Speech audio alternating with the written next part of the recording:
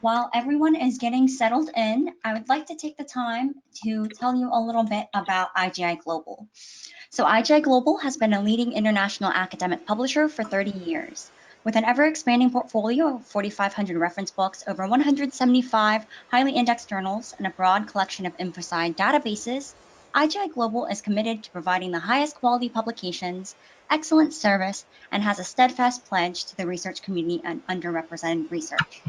We currently publish in 11 different subject areas, which include business and management, computer and science, education, engineering, environmental, agricultural, and physical sciences, government and law, library and information science, media and communications, medical, healthcare and life sciences, security and forensics, and finally, social sciences and humanities.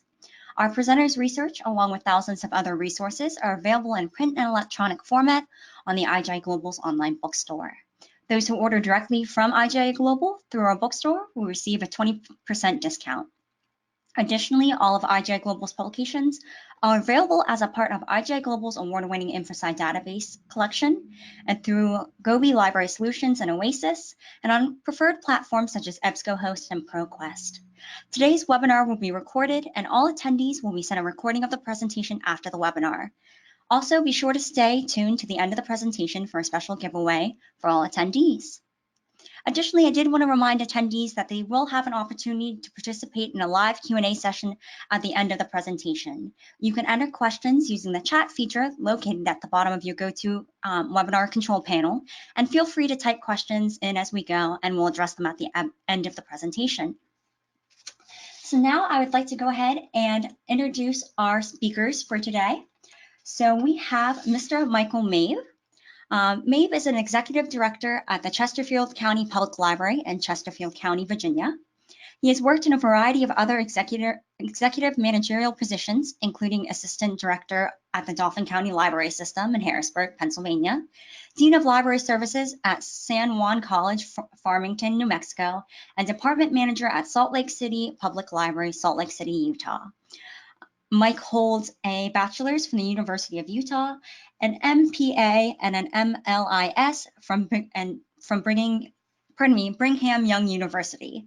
He is currently a doctoral candidate in public administration at Westchester University in Pennsylvania.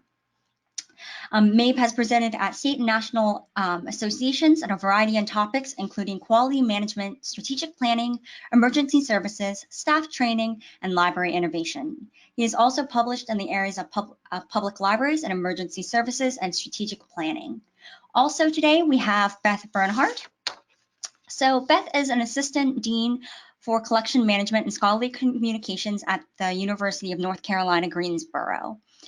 She has worked in the field of librarianship for over 20 years and has served as the principal program director for the Charleston Conference since 2005. So I'd like to thank both of our speakers for being here today. And I'm going to go ahead and pass it off to Mr. Mabe to get us started. Okay, are you all there? So thanks for coming to this presentation. A natural disaster is any event that severely disrupts the four core community services: power, water, transportation, and communications. The interruption of any or all of these services that are essential to the community can affect the health and economy of the local community, or actually an entire country. To counter the negative effects, communities typically prepare and implement a natural disaster management plan that manages the effects of the disaster. Now, while management of natural disasters has most definitely improved of late, reactions are still lacking in their capacity to handle the elusive and uncontrollable surprises that define what a natural disaster is. No official action or managing emergencies was in place until 1936, when the president included the Flood Control Act, was put into place to ensure economic revitalization after a flood.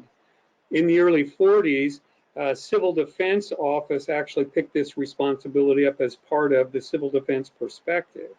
Through the 60s and 70s, there were a number of opportunities where nationally they tried to organize an approach to natural disasters. But it wasn't until FEMA was established in 1979, the Federal Emergency Administration Department, when they actually started taking charge of things.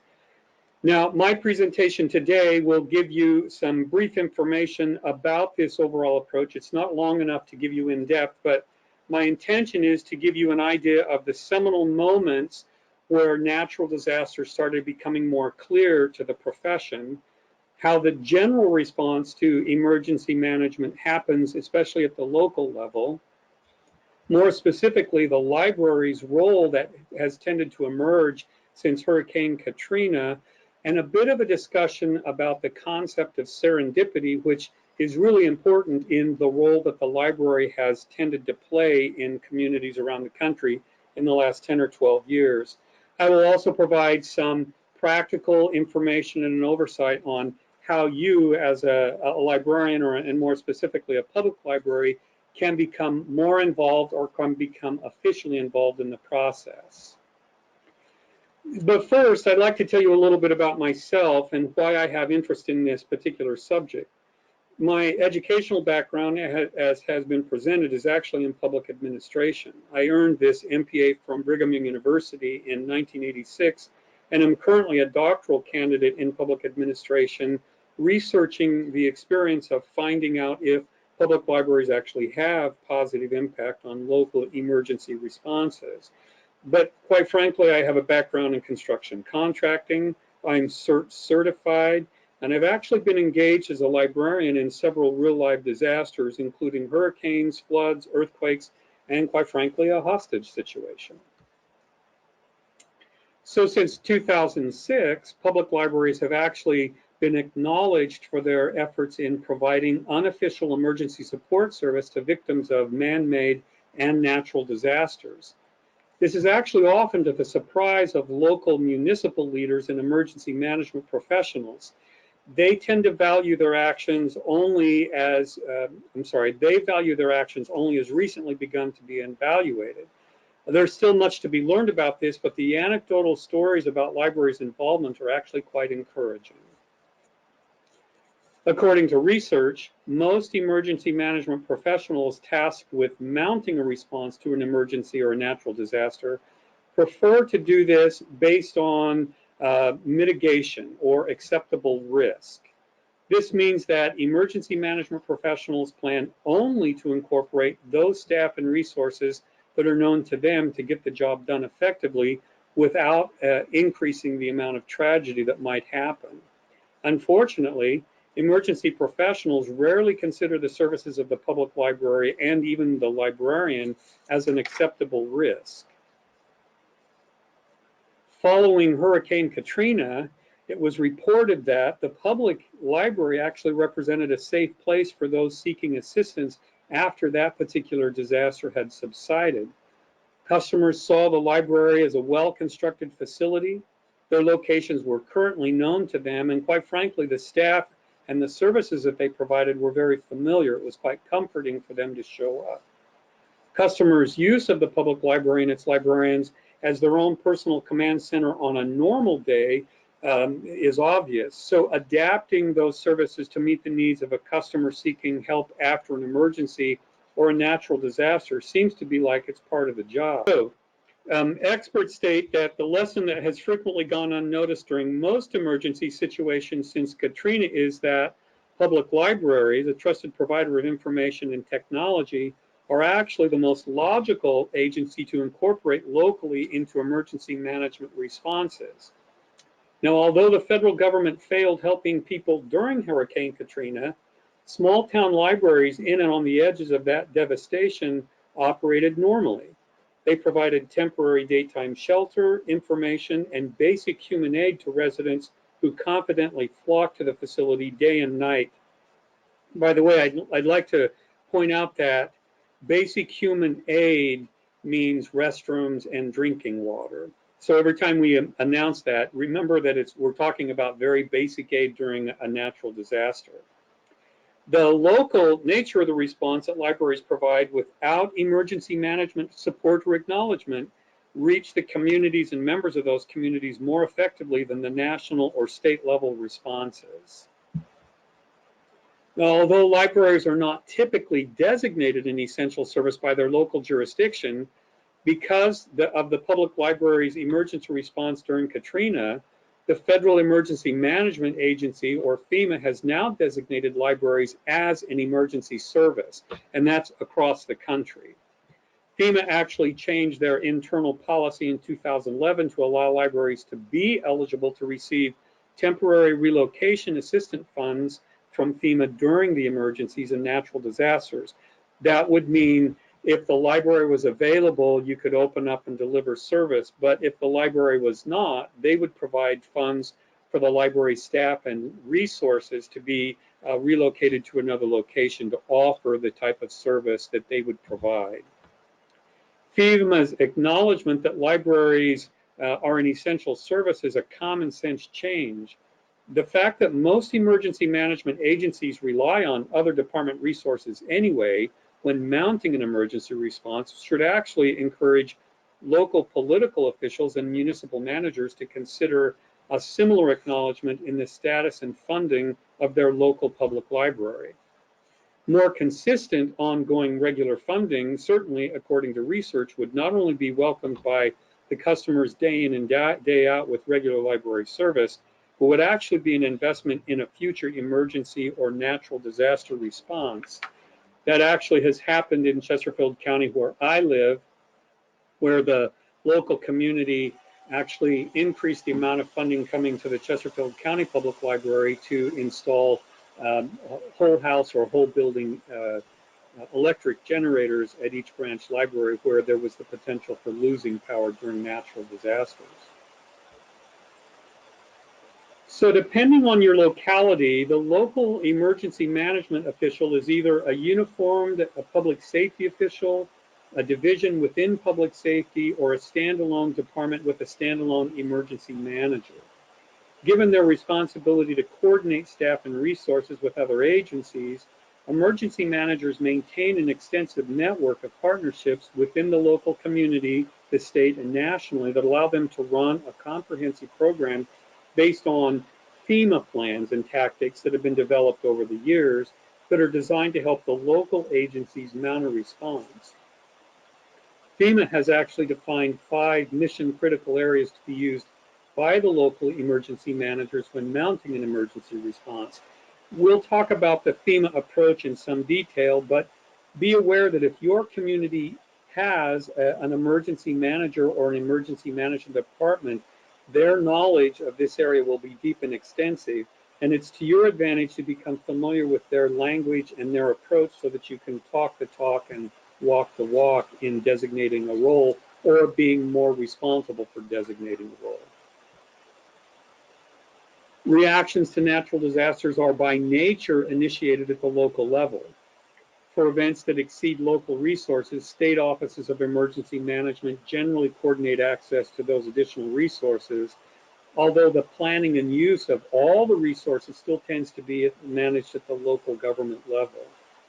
FEMA does take the lead on disasters that impact geographic regions, and they've divided the country up into 10 regions that encompass multiple states. Their all-hazard approach led to the development of what is called the National Response Plan. That was developed in 2004, which is an all-response, all-discipline plan that mobilizes resources within a single comprehensive framework.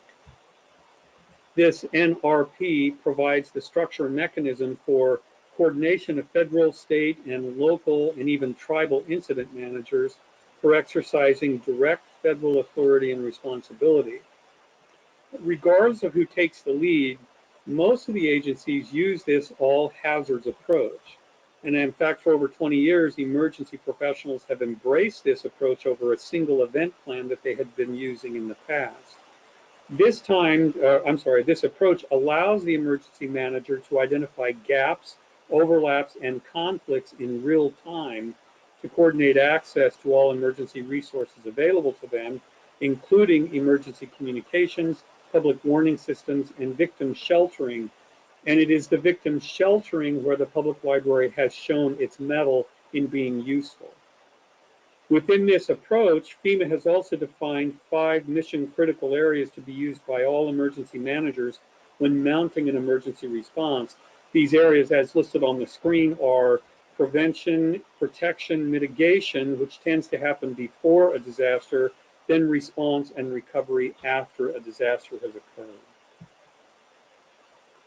Within the 5 emergency management critical areas, FEMA has also defined 17 emergency support functions, or ESFs, that guide local actions in a general response to a larger emergency or a disaster.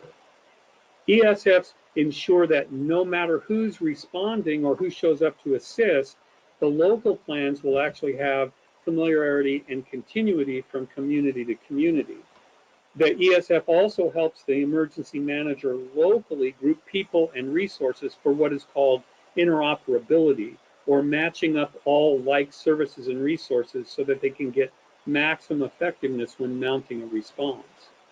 Now, each of the ESF areas are also assigned a coordinating agency or a department who is responsible for the management and the oversight during the activation of that particular ESF. In Chesterfield County, we're actually responsible for volunteer coordination and donation coordination during and after an emergency. So just some quick facts about emergencies and emergency management before we actually launch into the role of the library. First being, it can't be stressed enough that there are coordinated partners. Emergency managers maintain this extensive network of local, regional, and national partners that allow them to run a comprehensive, responsible program. I guarantee you that if you have an emergency manager who actually is doing this according to the National Response Plan, you should be on their list and you should be talking to them about the basic resources and services you can provide, because they will definitely use them. Next is that the local nature of the response that the library can provide for is actually naturally occurring. It reaches communities and citizens more personally than the national or state level worker responses have shown during research. Quite frankly, those who gravitate to the library facility during a disaster see the library as a trusted provider in the community, one of the more logical community agencies who are supposed to even render assistance, and a public facility providing temporary shelter and basic human needs. So what, if any, is the library's role in this process? It's not an essential service. We sometimes locally are not defined that, although FEMA has designated us as an essential service during a natural disaster. But the critical point is, if you are an essential service, you'll make the emergency manager's list of coordinated partners and be included in all the emergency management planning, organizing, training, and funding ahead of time. You'll also be assigned, most likely, some sort of ESF role. And actually, you may have been involved serendipitously with an emergency response. It's always easier if you can control what that response is going to be. So being part of the essential service ahead of time helps you plan. So the library's role has actually sort of emerged over the last several years. Given the independent, unheralded success that public libraries have actually had in rendering assistance unofficially, especially during Hurricane Katrina, it's logical to kind of want to know what libraries have done to be part of this successful response. The research has actually suggested that libraries are well established in the community, and that there's currently not a standard model that includes the librarians in disaster management planning globally, although libraries like mine have been included. However, officials have identified 8 service roles, and I should say that would be library officials, have identified 8 service roles that have been generally defined by other library leaders who've actually been involved with responding to a natural disaster. These roles are actually quite self-evident and self-explanatory, and they include being a safe haven, offering normal service, coordinating a disaster recovery, serving as a cultural organizational center, operating as an information hub, being an effective resource, being an evacuee resource, improvising, and then gathering and storing oral histories of the event. Every one of these roles are important. There's not one that's more important than the other. And if you become involved with your emergency manager and you share this sort of insight with them, which is naturally occurring, they'll actually find a place for you. CCPL, my library, has actually operated as a safe haven. We've coordinated some components of disaster recovery, especially with volunteers and donations, and we've actually operated as an information hub. We're also currently designated as the Center for Natural and Man-Made Disasters for school children and their families. We've actually gone through mock disasters where people from human services, mental health, mental retardation, and public safety folks have shown up to the library and gone through mock disasters of how we would respond and react, sometimes taking over the entire facility during the particular period of time designated, and other times being the lead in helping greet and meet and make sure we connect people to the resource they need. So now a quick comparison of those ESFs and those 8 library roles noted previously indicates that public libraries are actually quite capable of filling resource needs in several of FEMA's ESF areas. However, the most natural fit for the public library is the ESF called mass care. Mass care, simply defined, addresses the non-medical mass care, emergency assistant, housing, and human service needs of individuals and their families impacted by the natural or the human-created disasters. And of those 8 natural occurring roles that libraries have used during the disasters, the 4 roles that seem to be most aligned with this ESF mass care area are going to be described next in short anecdotal examples. So now the following examples are only a few of the dozens that demonstrate the capacity and natural ease of the public library to render relevant assistance to victims of emergencies and natural disasters. A key element of all of these examples, by the way, is the flexibility of the library staff and the library facility to participate out of a sense of duty. The fact that they were known to the community and the emergency services they rendered are typical of the routine library services offered every day actually reinforce the natural importance of the process of the library being involved in emergency response. Let me start with my own library. Because we are a trusted partner, we're actually part of the Emergency Operations Center operations here in my county. We're actually involved before, during, and after an emergency or a natural disaster. It does not take any more time or training than what is available to us. It's not a drain on us. And as a result, we've actually been an overnight shelter, a daytime shelter, a feeding station, an information hub, and we've actually been asked to improvise as the need arises. So the first example I'm going to share with you is the one called Safe Haven. You're probably all familiar with the 2015 Ferguson, Missouri turmoil that happened there. The public library actually faced that turmoil during the riots that engulfed the entire community. Library director and the staff there sensed that the fear and concern of the community expected the library to be remained open throughout the trying time, and they actually did. Their intention was to try to convey the importance of the public library as a safe place for all county residents. Most notable about this example is that the service to kids who were left without a school was actually a no-brainer. Teachers, volunteers, others started showing up because they realized the kids were showing up at the local public library. There was a windfall of this. There were charitable donations of cash and books that followed, which actually allowed this smaller library to operate with a little more money on a regular basis since then. The second example I'm going to give is the Disaster Recovery Center. This is a specific application of it. There are a variety of ways this can be done, but this is the one that is the most unobtrusive to the library facility and the most useful to library staff and their skills.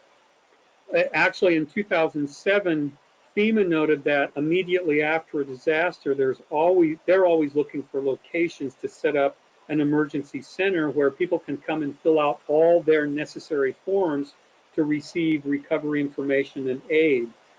Unfortunately, the application process requires more than just a few clicks of a mouse or taps on a phone. And quite frankly, for members of the public who never used a mouse or a computer or don't have access to a tablet or a cell phone, the process is quite overwhelming and almost seems impossible. The situation involves getting people to the resources and translating the resources into information that the public can use as consumers. In this particular example, the Massachusetts Board of Library Commissioners and FEMA implemented a project there, a pilot project in 2007 that actually placed libraries in that state in the center of disaster recovery. Librarians in Massachusetts since then have been trained to help customers access and interpret information in library facilities as a central place to the community. The State Library Board and FEMA have not discovered anything new, but what they have done is quite logical. They've included two resources, the library and library staff, to help immediately after a natural disaster. This next one is a no-brainer. During Hurricane Katrina, 35% of the libraries in Louisiana were closed at one point. However, the overall number of visitors to libraries immediately following the storm fell only by 1%. And although they weren't designated an essential service, true to form like public libraries across the country, local leaders recognized that many libraries were the center of information during the recovery locally. Libraries already are de facto community centers, and they could be designated with the essential tools and resources required to make this process quite easy. The last one is also one that's a little time consuming, but sometimes happens serendipitously. It happened a lot during Hurricane Sandy in New York. In June 2012, wildfires drove about 1,000 residents out of their homes, waiting out fires in a temporary Red Cross evacuation center in Loveland, Colorado. Staff from the local library district actually were dispatched with laptops and projector to that Red Cross shelter in Loveland to provide information updates about the fire. Staff eventually included some other library services, including story times for the kids who were also part of the shelter situation. Chesterfield County has an emergency coordinator who is of some note. Her name is Emily Ashley, and she has told me through years of experience that theoretically people evacuate their homes either because they're in the path of a storm or unprepared for a prolonged power outage and show up at these buildings that serve as a temporary shelter, but they check in with very detailed information before being handed a sleeping mat and provided 3 meals a day with nothing else. She says that, as the saying goes, a shelter is certainly a lifeboat, not a cruise ship, but in some regards, there's an element of surrendering, especially for those who have to take shelter for being unprepared. It's actually the public library in this particular example that helped those folks not feel like they were just on the Spartan lifeboat, not a cruise ship, but they felt a little more normal because they were receiving more than just a mat and a sleeping bag and 3 meals a day. So these 4 examples are only, again, a few of the dozens that demonstrate the capacity and natural ease of public libraries to actually render relevant assistance to victims of emergencies and natural disasters. As suggested before, a key element of all of these examples is the flexibility of the library staff and the library facility to participate out of a sense of duty. The fact that they were known to the community and the emergency services they rendered were typical of the routine services they offered day in and day out reinforces the natural role that the library plays in the emergency response. Now, I will say eureka moments happen, and we're going to talk about that in a minute. But the public library's success in providing support during emergency situations is actually dependent upon frank, open discussions with local emergency management professionals before the disaster strikes. These discussions should actually lead to an agreement on what services and resources the library is actually able to provide. Today, libraries in Chesterfield County have become key partners in the mitigation of mass care concerns arising out of the natural disasters that are typical in our area. That would be hurricanes and floods. CCPL has also been able to provide key mass care services and resources immediately after disasters to all citizens to help them feel like they can help themselves. Many of these services are related to technology, and they include things like recharging cell phones and smartphones, accessing internet to communicate with family and others via email and social media, but also receiving updates about the storm and the recovery efforts are really important to folks who are facing these kinds of circumstances. And again, accessing the kinds of basic services for human hygiene, a place to wash their face and their hands, a place to use the restroom, a warm place during the winter and a cool place during the summer can make a person who has been kind of displaced by a terrible disaster, it can make them feel normal and healthy again. And with librarians right there who are giving face-to-face general service that is typical of a public library makes a big difference. Now, some of the basic things that have happened, again, the cool, the warm place that includes restrooms, if needed, are certainly important. We've also done the thing of providing food. That was actually a serendipitous thing for us. So let's talk a little bit about serendipity. While planning helps the process and it makes sure that you know what you're doing and it makes sure the emergency services manager uses you in an appropriate way, remember that disasters do result in tragic devastation, but that serendipity tends to fill the place for all that disaster response. Quite frankly, in the library's response that I found in my research, planned or otherwise, library and staff and library leaders seem to always be able to be available with the library before, during, and after a disaster or an emergency, and the customers tend to expect it. We found that a lot after Hurricane Sandy in New York. Now, most disaster responses unfold in a positive manner, but we have found through research that serendipity plays a much greater role, and this is where the library in its natural role can sometimes make a difference. Deborah Bunker, a professor at the University Sydney Business School in Sydney, Australia, found out that while those in command and control positions who actually control the flow of information during emergency management use that official information to manage disaster response and recovery, it actually is not the most useful approach. She actually discovered that serendipitous use of information that was generated by first responders in the field, emergency workers on hand, and especially the public who are using cell phones and passing information back and forth, were actually more helpful to the disaster response than the information sometimes flowing through official channels. It doesn't mean that the official information is not necessary. It does mean that the serendipitous information that's being captured by those in the field is also equally important and sometimes make the difference. That again is where the library role takes a place. If you're receiving people who've been displaced, they're telling you information, and if you're responding to them and passing the information along, it can be helpful. Remember that libraries are typically well-built facilities and they already can accommodate crowds. This makes them a logical resource for the emergency staff to use. In the past decade, during disasters of all kinds around the country, residents have been known to flock and gravitate to the library anyway. Library customers tend to see the library again as that clearinghouse of many services on a normal day. Again, serendipitously, this makes a difference during an emergency.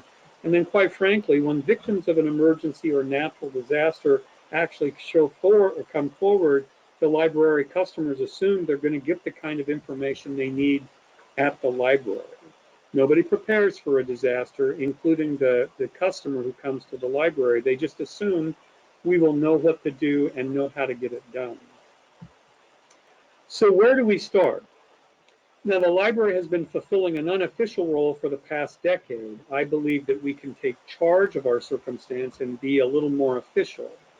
The circumstances that actually led to the disasters in Missouri, New York, Louisiana, and even here in Virginia certainly resulted in tragic devastation, but that shouldn't dissuade us from trying to become involved. The fact that local public libraries were undamaged in these circumstances, staff and leaders were available, all made thus rendering assistance sort of a surprising circumstance that, again, was a surprise to local emergency managers in a lot of these situations. So what can you do to start? I've listed this chart that we'll sort of go through a little bit. I'll use some of my own personal experience during emergency situations to help you understand. And I will highlight the few things that are probably key or critical for you to start thinking about as a librarian or as a library leader. There are actually 5 broad categories that you should be looking at in preparing for an emergency or preparing yourself to go and take a more official role.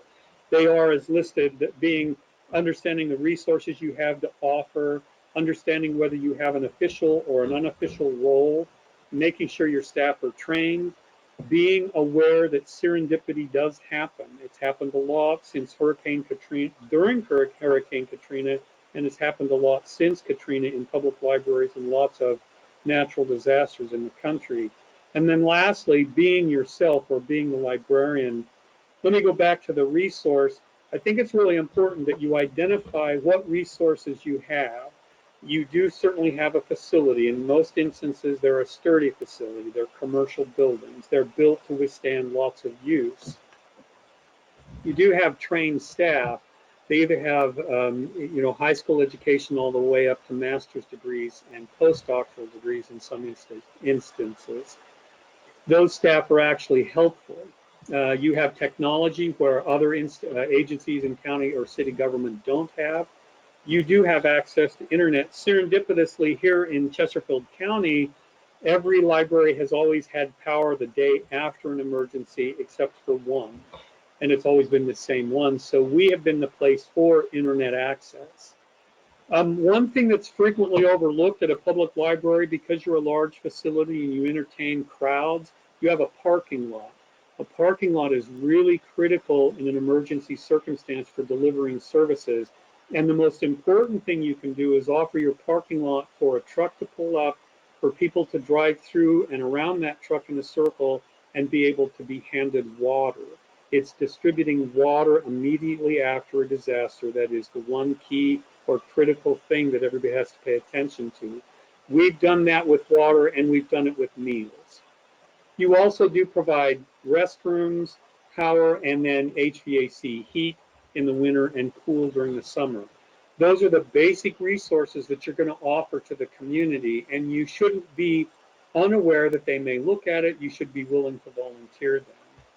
You should look at an official role. Again, you can go back and read this information, or I guess there's they could say the book. The book does give you some insight into the official roles that you could take. I've suggested the official roles we have taken. It's not been an overdue unburden. It does allow us to interact with community managers in a different way, and we are immediately prepared to be the shelter, to be the information hub, and to communicate when a disaster strikes.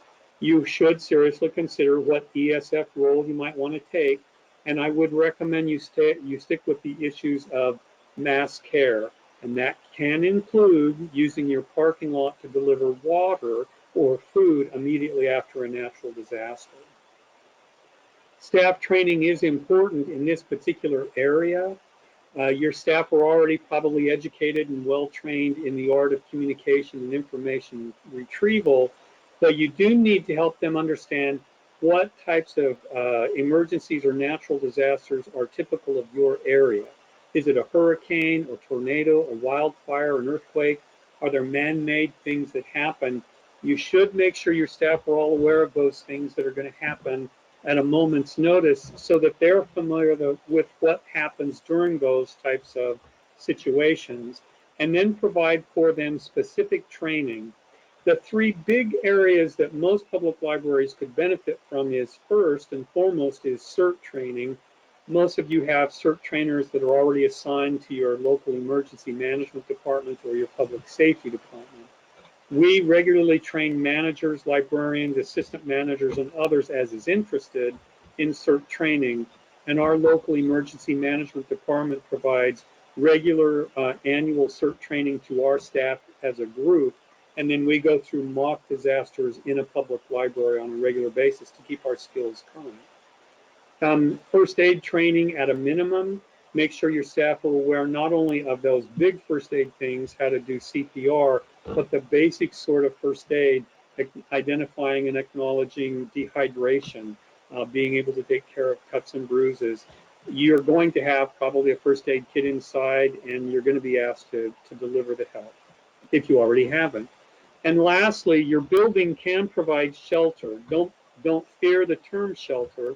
Shelter can be daytime shelter in the summer when it's hot, in the winter when it's cold.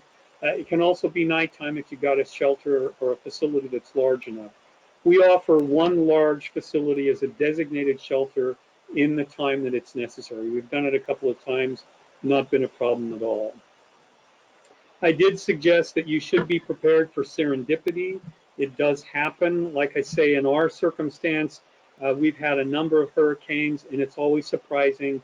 The emergency manager has called first thing the day after the emergency subsides, and we're looking, and the first thing she asks me is, how many of my buildings are up? And when I tell her 9 out of 10, we always chuckle because it seems to be the public libraries seem to be the place where the power never goes out.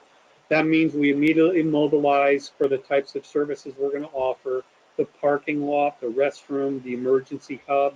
We're going to deliver water. We also have a responsibility to coordinate volunteers and donations that come through. So we do that in those branch libraries as it comes around. The most important thing you can remember with serendipity is, as was suggested in the example given on the slide about serendipity, it's the information that's being collected from the field and passed up the line to the emergency manager and the emergency operations center that can sometimes make a big difference in how resources are allocated back down. That's why they call us first. They're looking for the serendipity moment.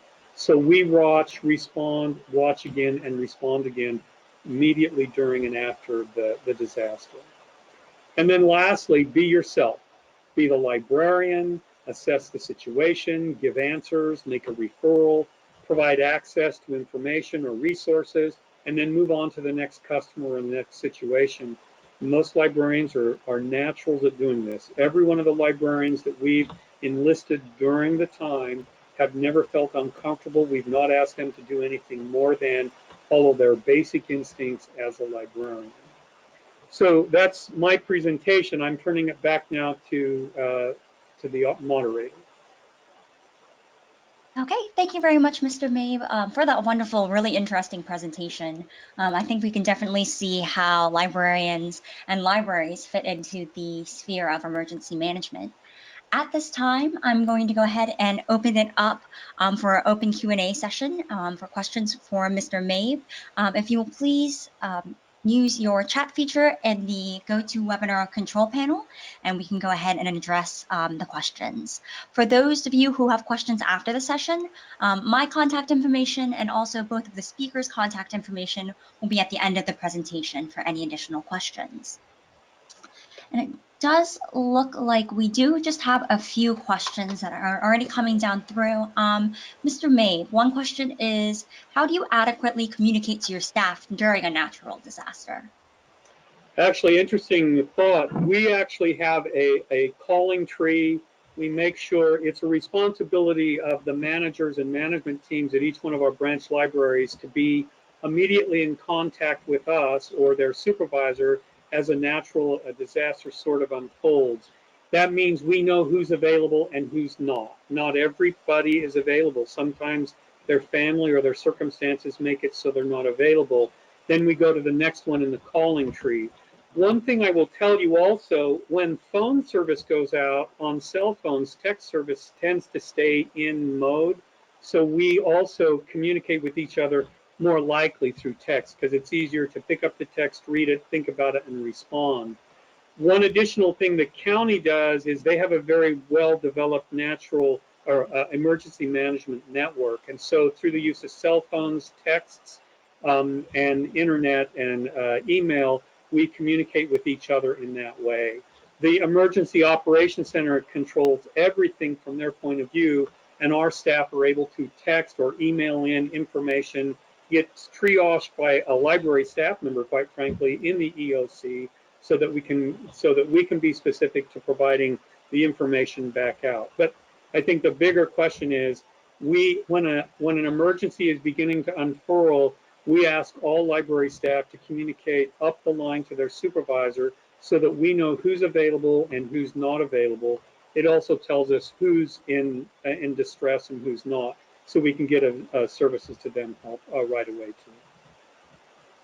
Okay, thank you very much. And I know actually we're seeing quite a few questions around that that you slightly answered about the different types of signage on the buildings and how to alert the public to the emergency services. So I believe that you kind of looped that answer for a couple questions. Another question that we are getting, it looks like, is in your opinion, do you think libraries should be required to be a hub for emergency disasters? I don't think the library should be required to. I will tell you that through my research, my observation, my interaction with lots of libraries across the country who've gone through this, whether you like it or not, you are a public facility, and whether you're aware of it or not, people do show up at the public library immediately following some sort of man-made or natural disaster. So if you don't want to be involved, it's at least to your advantage to be aware that those things are going to happen and know what to do in response. So if you're not going to be helpful, then the comment about having a sign on the door, you should identify the library's not open, call these numbers for help, or have somebody at the door who's willing to do that. You'll find in most of your communities, certified volunteers are more than willing to be in the building even though your staff are not, and having a building that's open. You may not be offering check-in and check-out service or story time, but a warm building in the winter and a cold building during the summer with somebody who knows what's going on is a lifesaver to people who are in distress. So I leave it up to you to decide whether you want to or not. I would never force anybody to do it, but we've found it to just be part and parcel to what we do day in and day out. The only difference is nobody else is open, everybody's off for vacation, and everybody's coming to the library for something that we have to offer. So we try to make it as normal as possible, by the way. Okay, thank you. Another question that we have is, you defined that one of the library's roles could be managing oral histories. Could you explain a little bit about this and what you mean by this? Yes, I've only come across a couple of libraries that have done that. It tends to be libraries in urban areas. If you don't want to be helpful during or part of a recovery, this is a really good one to do. Immediately after a natural disaster, people tell stories. And one of the ways that emergency managers actually are able to train for the next emergency and know how to do it better is talking and listening to people who have been through it. So libraries that have done this have collected stories orally. They've tape recorded them, then they've transcribed them. They put them together as part of a history of the event. Everybody that's had a natural disaster, it's that natural disaster that defines them. For example, in 1978, I happened to be in Massachusetts when there was a major blizzard. To this day, people define in that state, they still talk about the blizzard of 1978. And there are people who tell stories about what happened in that time. So libraries that are willing immediately after to open up their doors and have people come in and share their oral stories, then to pass it on first to the emergency manager, second to keep it as a file for folks to come back and look and review. You will get questions occasionally about what happened during an emergency or a natural disaster in the past. So it's a great service. It's a wonderful service to offer. And I think someone noted in the comment section, another great example would be the Library of Congress. They have an oral history of 9/11 and when that occurred. That is true. They did it in a big way. Again, emergencies are local, and you can be the Library of Congress to your local community by just providing that service back. I'm just going to go ahead and take one last question, and then we're going to go ahead and hand it off to Beth. But are there any common mistakes librarians, fall prey to, or libraries should avoid when providing assistance to people seeking refuge? Yeah, actually, That's one of the trainings that you ought to give your staff if you're going to provide some sort of assistance immediately after. Knowing how people respond and react to natural disasters is a lifesaver for how the librarian will respond and react to them. Frequently, the mistake that is made is you actually identify what their need is as not something that's needed. Librarians are pretty good about giving a story or talking it through or giving them a book that they might read or providing access to a resource, when really what you need to know is, are they in shock? Is there a problem at the house? Have they lost a family member? Being able to assess the circumstances that you see on their face and being able to provide a more precise bit of information back instead of walking through a process and hunting and pecking can make a big difference. Most librarians don't have that as a background, and I guarantee you when they know it, it really enhances their skill of being a librarian. Just makes them a little more better at observing and watching the person as they come through the door, and especially after the disaster, it's pretty easy to identify those with wounds or damage that is not physical. So that's a real big issue, a real big area of training in natural disasters. Librarians can be good at it if they are trained. Okay, and I'm going to go ahead and close out our open Q&A session. Like I said, Mr. Mabe's contact information and my contact information will be at the end of the presentation. So if anyone has any questions or concerns, we'll also be sharing the presentation and a recording of the presentation so everyone will get those materials as well. If you are interested in more information on this topic, I would highly suggest you check out Mr. Mabe's article, The Natural Role of Public Library and Emergency Management, which is featured in Against the Grain in IGI Global's column, Optimizing Library Services. And I have Beth here, who's going to go a little bit more into detail on Against the Grain and the upcoming event that they are planning. All right. Sorry, I'm glad we have the other option. Okay, sorry everybody. Thanks for letting me speak today on behalf of the Charleston Conference and the Against the Grain. For those of you who are not familiar with Against the Grain, it is a journal that grew out of the Charleston Conference as a way to continue the information conversations from the Charleston Conference year-round. Against the Grain is your key to the latest news about libraries, publishers, book jobbers, and subscription agents. Our goal is to link publishers and vendors, librarians, and others in reporting on issues that are important to them and the people that impact the world of books and journals. It is published 6 times a year in print and has a robust website with important information from the industry. Although the majority of the stuff that is available online is open access, our website also allows subscribers to have full text access to the print issues with a username and password login. The print and the online subscriptions are bundled together for your convenience. For those also who aren't familiar with the Charleston Conference, this is an informal gathering of librarians, publishers, electronic resource managers, consultants, vendors of library materials in the gorgeous town of Charleston, South Carolina, each November. It's designed to be a collegial gathering of individuals from different areas who discuss in the non-threatening way, friendly and highly informal environment. We have presidents of companies discuss and debate with library directors, acquisitions librarians, reference librarians, serials librarians, and others that come to this conference. The conference was founded by Katina Strout in 1980.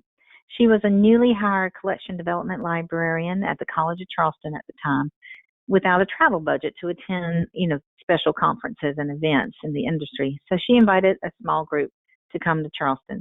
The event has grown from 20 participants in 1980 to almost 2,000 in 2017.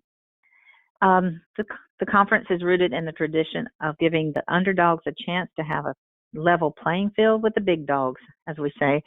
The conference continues to place an emphasis on inviting a diverse viewpoints, giving a platform to new voices, and equally valuing the input from all sides of the information and scholarly communications industry. Then we're so excited to have IGI Global as one of our bigger supporters of the Charleston Conference and Against the Grain for years now. And we are thrilled to be asked to participate with them in this webinar. IGI will be a diamond sponsor this year for the 2018 conference and providing very nice canvas tote bags that will be distributed to all attendees. They also have their graphics team provide an animation of our conference theme logo each year, and it's always been a big hit with the audiences. Want to give a shout out to Carolyn Campbell and Lindsay Wortman of the IGI Global for also editing the popular column in Against the Grain called Optimizing Library Services. The president and publisher at IGI Global will be presenting at the conference this year on a panel called Sustainable Open Access Approaches, Benefits for Researchers, Librarians, and Publishers. So for more information about the conference and Against the Grain, you can go to the website right here that you see on the slides. And I would love to see you in Charleston, and I hope you can come. Thank you so much for the time today. Of course. Thank you very much, Beth, for that wonderful explanation. I know personally I'm really excited. This will be my first Charleston conference that I'll be going to. So as Beth said, we are a diamond sponsor of the conference, and we will be at table 71 during the vendor showcase. So definitely stop by if you are attending. You get to meet me in person as well. And like Beth said, we do have Dr. Kosrapur, our president and CEO, and IGI Global will be hosting a panel discussion titled Sustainable Open Access Approaches, Benefits for Researchers, Librarians, and Publishers. Currently, it is tentatively scheduled in the Grand Ballroom 1 on November 8th at 10:30 a.m. Attendees will hear viewpoints from a publisher, a librarian, and an independent researcher on the current challenges and opportunities presented within the open access movement, which is a huge trending topic right now. There'll be ways for everyone to come together to achieve a result that provides credible and trusted publishing outlets for researchers, the highest quality peer-reviewed content for libraries, and an affordable pricing model for article processing charges and sustainability for publishers. So definitely be sure to visit their website and attend the conference and attend the session as well. I would like to personally thank everyone who has stayed with us throughout the presentation. And as a thank you, we are going to offer all attendees a 40% discount on Mr. Mabe's publication, The Developing Role of Public Librarians in Emergency Management, Emerging Research and Opportunities. We will follow up on details on how to get this exclusive discount. Additionally, we will be offering this discount on all of our related publications. Ongoingly, for our library listeners, you can get a 25% discount on all the purchases made through the IGI Global online bookstore when you sign up for a library account. And then this discount is also applicable on our IGI Global's InfoSci database collection. Once again, I would like to thank everyone for joining us. And if you are interested in learning more about IGI Global, we have our website up here. Please visit our website, www.igiglobal.com. Also, be sure to visit our Publish With page to learn more about the publishing opportunities we offer. We are currently seeking proposals for new projects in 11 of our subject areas, including our library information science subject area as well. Additionally, you can view all of our products on our online bookstore and view our catalog for a full product listing. Again, our presentation has been recorded and will be sent to all attendees along with that 40% discount information. And if you're interested in contacting the speakers directly, we do have Mr. Mabe's contact information and then also Beth's contact information, and that will be in the follow-up communication as well. And as always, if you have any questions for me, feel free to reach out to me. And be sure to check your inboxes for the special discount. So thank you very much. Thank you to our speakers for the time. And hopefully we will see you at upcoming webinars.